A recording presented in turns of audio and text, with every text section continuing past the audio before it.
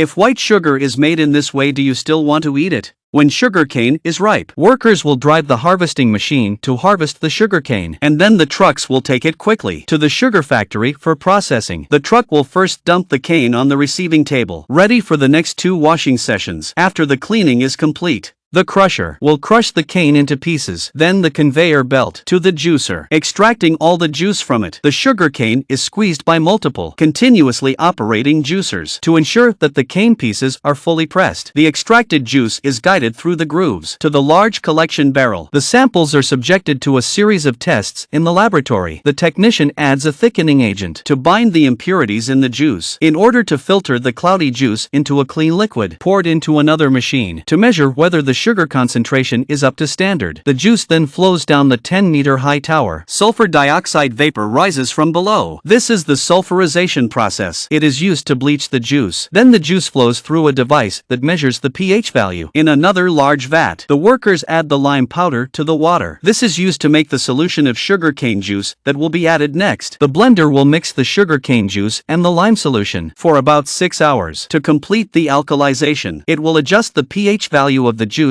and clarify it. After the reaction between the juice and the lime, it will change from brown to the current yellow color. Next, the juice is piped into the clarification tank. It will take more than 2 hours to clarify. At the same time, the impurities will settle to the bottom. The workers will take a few samples from the pond to show us how it settles. The residue is not wasted. The mash at the bottom after extraction is turned into fertilizer. The rest of the residue is used as fuel. Next, the clarified juice goes to the evaporator and is boiled. This increases the sugar content of the juice from 15% to 60%. The juice then enters a large 15-ton tank. Here the residual sediment in the juice floats to the top. The rotating slurry plate then sends it to the side of the tank. After these processes, the previous sugarcane juice is turned into this sticky syrup. Then the workers will pour a bucket of white, sticky substance into the syrup. This milk-like solution will bind the sugar in the syrup to make it easier to refine the sugar. It is then cooked in a vacuum pan to form crystallized sugar. As the water in the syrup is slowly dried out, workers periodically check the progress of their crystallization until they become a thick, crystalline paste. The sugar paste is sent to a high-speed centrifuge. The molasses is quickly extracted out of the pot until only the separated crystals are left in the pot. At this point, the machine sprays out water to clean the crystals. When finished, the water is pumped out again, leaving only the cleaned crystals. Next, the conveyor belt leaves the centrifuge with the crystallized sugar. They start to enter the large drying machine step by step. They are tossed around in the machine. The moisture content of the sugar is reduced to 0.02%. It leaves the dryer and enters the bag on the scale. When its weight reaches 1,000 kilograms, the crane will transport the bags to another platform of the factory. It will lower each bag of sugar to the flow chute that leads to the main equipment, where a system of automated equipment will automatically complete their packaging and sealing and splitting process. The sugar is then ready for use in every household.